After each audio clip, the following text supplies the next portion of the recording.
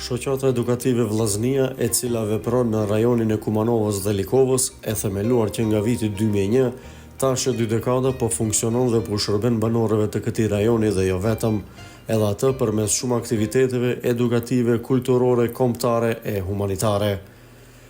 Ekipi ynë vizitoi hapësirat e shoqatës edukative Vllaznia, ku nga kryetari Ajhan Abazi përsa afërmi u njoftua me kushtet në të cilët punojnë dhe veprojnë përmes shumë aktiviteteve, e me shka për asnjë moment nuk u ndalen së vepruari në dobi të rajonit ton.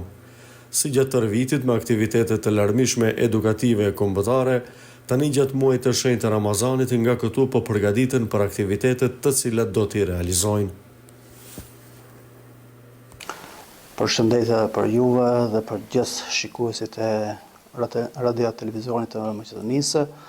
Ju faleminderit që na keni vizituar këtu në shoqatë dhe ju jeni interesuar për aktivitetet e shoqatës tonë. Shoqata jonë i ka disa sektore, duke filluar me sektorin e edukimit, e pastaj me sektorin e humanitetit, sektorin e jetimeve, sektorin e sportit dhe sektorin e mediave. Cilët janë tretë e fundit dhe tani jeni me kryesive në tërsi të re? Na mund të njoftoni diçka më tepër rreth këtyre aktiviteteve?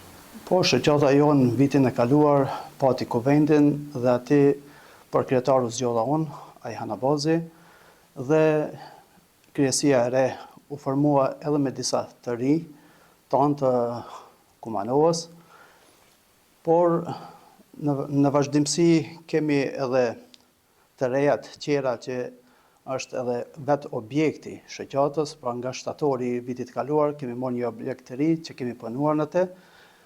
E reja tjetër është se krahas mësim besimi që e bëjmë me fëmijët tanë këtu në shoqatë, kemi edhe kurse qera, siç është kursi i anglisës dhe matematikës, po edhe një kurs tjetër e kemi për plotësimin e detyrave të fëmijëve nëpër shkolla që i kanë. Sigurisht se ju tashmë jeni kryetar, siç e thënë, i ri, por keni qenë mjak të aktiv me aktivitetet. Cilët ishin aktivitetet që i lanë vitin? Kemi shumë lloje të aktiviteteve që bëjmë me fëmijët tanë që i kemi nëpër kurset e mësimbesimit. Një nga to është edhe realizimi i një programi që kemi në nëntor, që ka të bëjë me rrugës së shkronjave. Atë kemi një aktivitet që shkojmë dhe vizitojmë qytetin e Manastirit, ku është edhe alfabeti i gjuhës shqipe. Atë kemi marrë pjesë me 120 nxënës nga shoqata jonë. Realizojmë projektin për nxënësit filloristë që ka të bëjë me Kurban Bajramit. Atje kemi një aktivitet tonin që e bëjmë kampionat e Bajramit, ku morën pjesë 130 nxënës nga 6 shkolla të rrethinës së Kumanovës, po edhe të rrethinës së Likovës. Realizojmë gjithashtu edhe projektin tradicional, materiale shkollore për nxënësit me nevojë. Aty shpërndajtëm mbi 130 çanta, fletore, gjithë ato që i duan pra nxënësve në fillim të shtatorit. Realizojmë gjithashtu edhe projektin Ramazanit që përfshin pakua të Ramazanit, përfshin iftarët me jetimet, përfshin disa aktivitete që janë humanitare. Një prej tyre është edhe vauçeri që bëhet për veshjen për ditën e Bajramit. Dhe realizojmë edhe projektin edimit ku shpërndam disa kub drum për nevojtarët. Tani jemi në fillim të muajit të shenjtë të Ramazanit, të ditët e para domethënë të muajit të Ramazanit, sigurisht se keni aktivitete madhështore, të cilët nuk i mungojnë asnjëherë rajonit tonë, qytetarëve të komunës së Likovës dhe Kumanovës. A mund na zbuloni detaje rreth këtyre aktiviteteve? Detaji më i mirë që është dhe që dua t'i falenderoj janë të rinjt që punojnë për këto aktivitete, që çdo herë janë të palodhshëm kisha pas dëshirë që nëpërmjet ekranit qoftë televizor të falenderoj të gjithë të rinjt që angazhohen gjatë këtij muaji të bekuar të Ramazanit, duke i krijuar shumë aktivitete. Qetra është detaj, qetra është siç e thash edhe më herët, kushtet janë më të mira pra në shoqat për të realizuar edhe aktivitete tjera. Kemi edhe disa njerëz bamirës të shoqatës që kanë shluar magazinin e tyre, si për shembull është Shaban Aliu nga Kumanova, që ati i realizojmë edhe pakot ushqimore që i shpërndajmë deri tek të varfërit, duke mos harru me falenderuan edhe atë që e kishim edhe më herët, pra Vaidin, që edhe ai më herët kishte lëshuar pra magazinat e tij.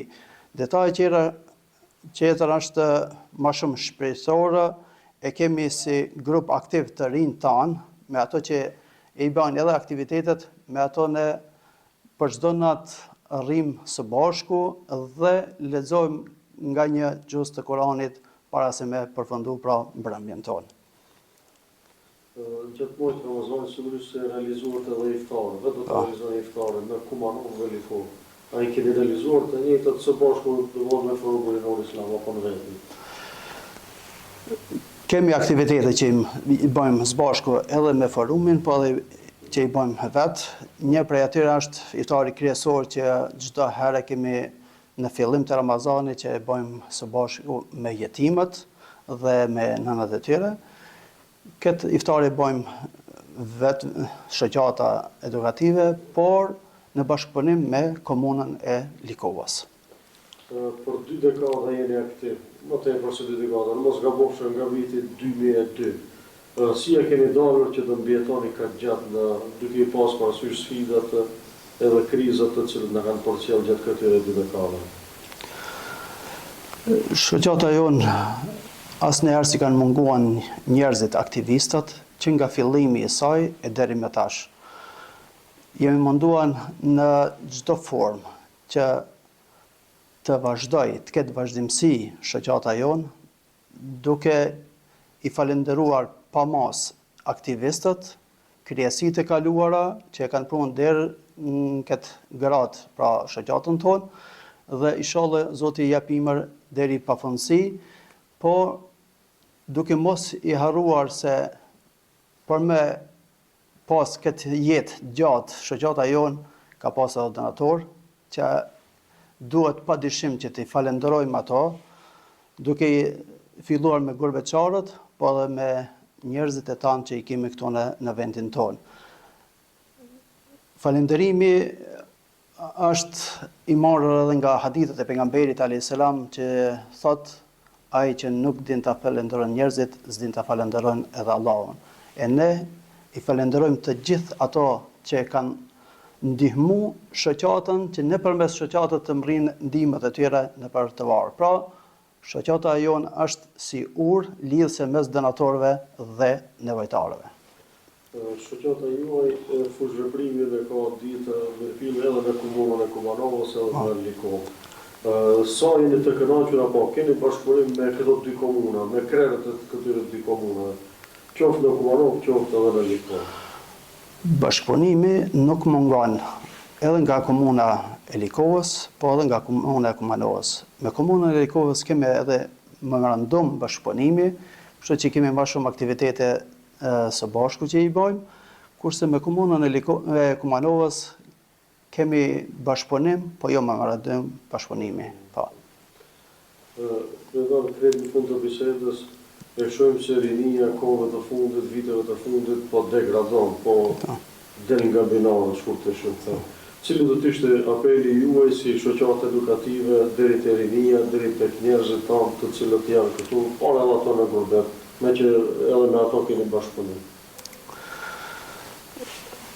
Tek rinia, mesazhi jonë kryesor duhet të jetë që ne të jemi çdo herë më afër Allahu xhaleshanuhu. Ai që e don Allahun xhaleshanuhu e don edhe vendin e vet. E ai që don vendin e vet punon për vendin e vet, dhe kudo që të jetë, edhe ato që i kemi nëpër gurbet, shpresojmë që edhe ato t'ja japin hakun atij vendi ku janë duke jetuar, të punojnë, të jenë të vishëm për familjen e vetë dhe për rrethin ku jetojnë.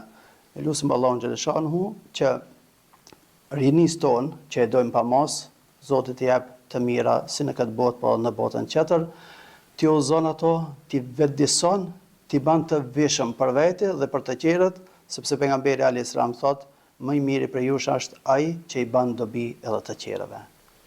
Faleminderit dhe sukses.